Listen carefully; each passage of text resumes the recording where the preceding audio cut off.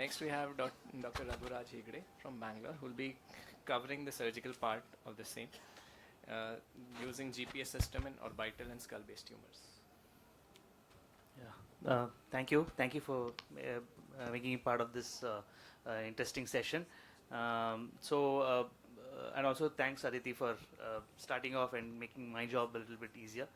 Starting off. So I'll be speaking about using navigation technology in orbital and skull-based tumors. So first is that the philosophy of orbit. So basically, orbit surgery is skull-based surgery. So skull-based surgery. So we have to honor that these 7 bones of the orbit are all around the skull. So it is actually whatever orbital surgery that we do is actually skull-based surgery. So this is the frontal bone, then there's the sphenoid bone, which is a very important bone in when we approach the skull base, as well as we go, this is zygomatic, maxillary, and as we go in the medial side of the orbit, that's the lacrimal bone, and then the ethmoidal bone. So all of these are our gateway to the skull base. So orbit shape is very interesting. It is around the sinuses as well as intracranially, and as it becomes from a 4-wall structure, it becomes a 3-wall structure as we go posteriorly, like a pyramid. So often the type of tumor we guess based on the location, where is it. So basically mucocele, anterior medial orbital lesions, either is a mucocele or squamous cell carcinoma from the ethmoidal sinus penetrating into the orbit, and lacrimal fossa lesions could be benign like pleomorphic adenoma or malignant like adenoid cystic carcinoma, and inferior orbital lesions like squamous cell carcinoma or maxillary sinus that come into the orbit, and anterior orbital lesions. So anterior orbit, I won't focus too much on the anterior orbital lesions. So basically the posterior ones, basically the orbital apex lesions, either a meningioma or a glioma, or sometimes even a cavernous venous malformation at the orbital apex, one of which I will show in the one of the cases that I'll show. And it can be intraconal as well as extraconal, so rhabdomyosarcoma as well. So we have two navigation systems in our lab. So the neurosurgeons prefer brain lab and the ENT surgeons prefer fusion. So I work with both anterior skull based surgeons as well as neurosurgeons in many of these cases that I'm going to present today. So it would not be possible. So this next case that I want to speak about is a 41-year-old man who came with the right eye proptosis. It's painless. He was almost asymptomatic except for the asymmetry and proptosis that he noticed, and it's been gradually progressing over the last few months. And there's no effect on vision. His vision is 6/6 in both eyes. So it was actually the neurosurgeon first saw the patient, and then he posted for sent to me for opinion. And so CT scans basically there's a bony lytic mass at the skull base in the right sphenoid bone. If you can make it, there's a hyperostosis that's seen in the lateral orbital wall, and which is also communicating in the intracranial space as well. So on MRI showed the same lesion is an osteolytic homogeneously enhancing soft tissue lesion. It's not looking like bony lesion in this, so it's a soft tissue lesion in the posterior superior lateral wall of the right orbit. So it's extending into the intracranial space. So the patient was actually posted for a craniotomy. So since we had navigation, so I said let's use navigation and try to see if we can approach it from the orbital side. So with the navigation in place, we went in with the eyelid crease incision. I removed the lateral orbital wall, basically what is the marginotomy, and I nibbled the lateral orbital wall sequentially with the bone punch, with the bone nibbler, and then we reached the tumor and the lateral orbital wall at the end of it. So you can see that there's the red gelatinous mass that is there. It was gelatinous mass. It came out very easily, and with the help of navigation, we could make out that we had removed almost all of the tumor. You could even see the posterior extent. So what you're actually seeing there is this is the dura there. So it's an osteolytic lesion. So it's basically eaten up the bone there, and that's the orbital rim, and the temporalis muscle you can make out, and you can see the dura there. That is there. Where is it? And when we were testing it on the with the probe, the navigation probe, we could see that we had removed all of the tumor, and so then we removed. Actually, we had planned for an incision biopsy, but we saw that it's a gelatinous mass, so we removed all of it, almost all of it, what we could see. So it actually was a plasma cytoma. So it is isolated orbital plasma cytoma, which is being reported in literature earlier. So we could avoid a craniotomy in a case where it was actually at a skull base in such a case. So navigation is very useful in such cases where you can avoid even though it's a skull based lesion, we could avoid a craniotomy. So this is another interesting case, which a frontotemporal craniotomy approach for a 22-year-old female who had a long-standing low vision in the right eye, but her main concern was that there was a bony mass under the eyebrow, and it was gradually increasing over the years. So when we saw that there was indeed a bony mass, so I have few minutes. Yeah, indeed bony mass that is there in the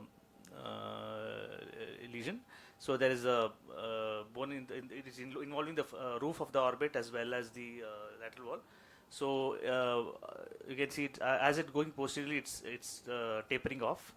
So what we did was we did a bicoronal flap, and we used the navigation system to get the surgical edges. So we could see real time where we should see, even though sometimes we can actually make out which is a normal bone and which is the abnormal bone on gross evaluation, but this would make it more precise, and we would get the exact edges.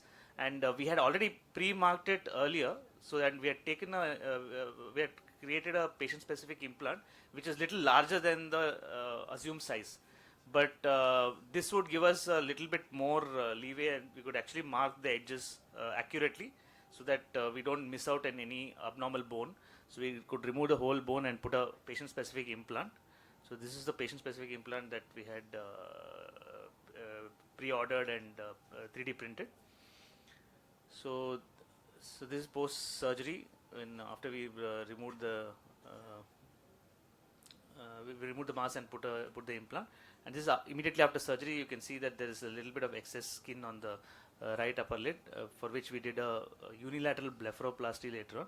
And this is at the end of 2 years, where we can see that it is very symmetrical, and we could get a very good outcome for this lady. So this is a new thing we are exploring with my skull-based surgeon colleague. Transorbital neuroendoscopic surgery. It's something that we've been trying out for the last 3-4 years, and with good success. So basically, like I said earlier in the earlier slide, that orbit actually is a gateway to the skull base. So we can go to any part of the orbit, if it's lateral skull base or the anterior skull base, or the lateral skull base, right from the orbit. We just need to know the approach, and often as oculoplastic surgeons, we are very comfortable with the approaches, and to provide the anterior skull base surgeons access much more skillfully than they would be able to do. And once they are in the intracranial space, they are much more comfortable in the intracranial space. So it's basically you have to have a team that works together. So this is an interesting case where basically there is a sino-orbital lesion which is involving the orbit as well as the sinuses. As you can see that there is involving, and you can actually see the medial wall of the left orbit, and it's on either, the tumor is on either side of the medial wall of the orbit. So we did a two-way thing. So the navigation was used to see the posterior extent. So its posterior extent is always almost going to the skull base area, especially in the anterior part. So we were using that as a marker for to the end point of the excision. So this is a ameloblastic carcinoma. So this is how we went from both sides, both from the transconjunctival route as well as the intranasal endonasal route. Okay, so I think this is another case, lateral skull base tumor. We went transorbital, and so this is how it was. This is a neuroblastoma, and we could go up to the safely up to where the tumor was going in without damaging any normal tissue. So we could debulk the tumor as much as possible. And this is the last case that I'm going presenting. This is basically an orbital apex tumor, and on radiologically it is looking like a cavernous venous malformation. So if we could go with the conventional style, and we go into the orbit, go from the lateral orbit and reach the tumor, but the risks would be like Aditi also mentioned, that there would be the space is very limited. So the way you can manipulate the instruments is very limited as well. So it's the lateral orbital wall is not a very safe unless you make some more space and drill hole into that side. It's not a very safe area to manipulate instruments. You can have a bleed, and this eye was 6x6 vision, so you don't want to spoil the vision as well. So we, with the help of the skull-based surgeon, we went in and we identified using a navigation system. This is basically when we could localize where the tumor was, and this is the medial rectus at the posterior end of the medial rectus, and we could go over the medial rectus and identify the tumor. You can see that this tumor that is marked in black, the black dotted circle, and this is how small the tumor was.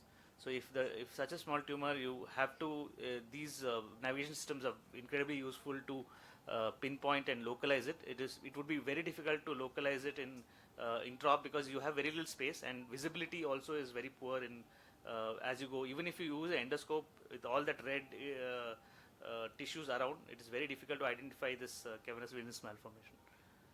This is another orbital metastasis. Basically, we went in thinking it's an orbital tumor, and used navigation to locate the tumor.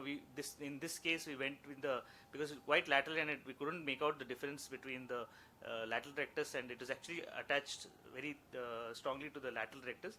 So we went along the lateral rectus, did a marginotomy to create some space to deliver the tumor, and then we could ease out the tumor from the lateral rectus, this was basically, it was an orbital metastasis from the esophageal carcinoma that he was having, which was detected only after we made the orbital biopsy.